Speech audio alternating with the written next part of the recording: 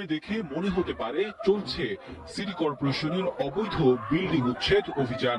আবার কেউ কেউ দেখে ভাবতে পারেন এটি হয়তো কোনো পুরনো বিল্ডিং ভাঙার ঠিকাদারি নিয়েছে কোনো এক ঠিকাদার।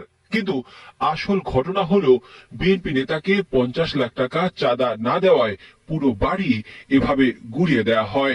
তারা পার্টি করে, কিসের পার্টি করে? তারা বলছে বিএনপির পার্টি করে, তারা নেতা মানুষ। এখন তো তাদের সাথে তো আমরা পারবো না, আমরা অসহায় মানুষ।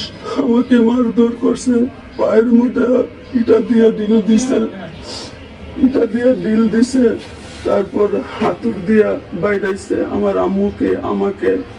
তারপর পাইপ দিয়া মানে তাদের হাতে, প্রত্যেকজনের হাতে অস্ত্র ছিল। আমাদের বাড়িঘর ভাঙচুর করে শেষ করে ফেলছে। নারায়ণগঞ্জের ফতুল্লার শিবু মার্কেট পশ্চিম লামাপাড়া এলাকায় গত 20 মার্চ সকাল 7:30টার দিকে এই ভয়াবহ হামলার ঘটনা ঘটে। হঠাৎ করেই 30-40 জনের একটি সশস্ত্র দল লাঠি, রড ও দেশীয় অস্ত্র নিয়ে একটি বাড়িতে হামলা চালায়। মুহূর্তেই পুরো বাড়িটি ভেঙে চুরমার করে দেয়।